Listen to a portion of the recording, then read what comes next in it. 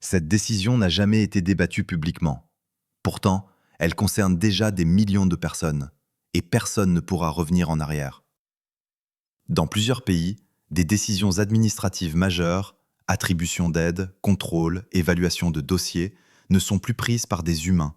Elles sont calculées, pondérées, puis validées automatiquement par des systèmes algorithmiques.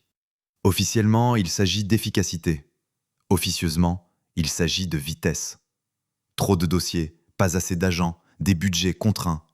L'automatisation a été présentée comme une solution neutre, logique, inévitable, une aide technique, pas une décision politique. C'est ici que la bascule commence. Une fois le système en place, les règles ne sont plus discutées au cas par cas, elles sont encodées. Ces systèmes ne sont pas neutres, ils reposent sur des modèles d'intelligence artificielle, des modèles entraînés sur des données passées, optimisés pour la vitesse, pas pour le jugement humain. Ce n'est pas l'IA qui décide seule, mais c'est elle qui rend la décision impossible à reprendre.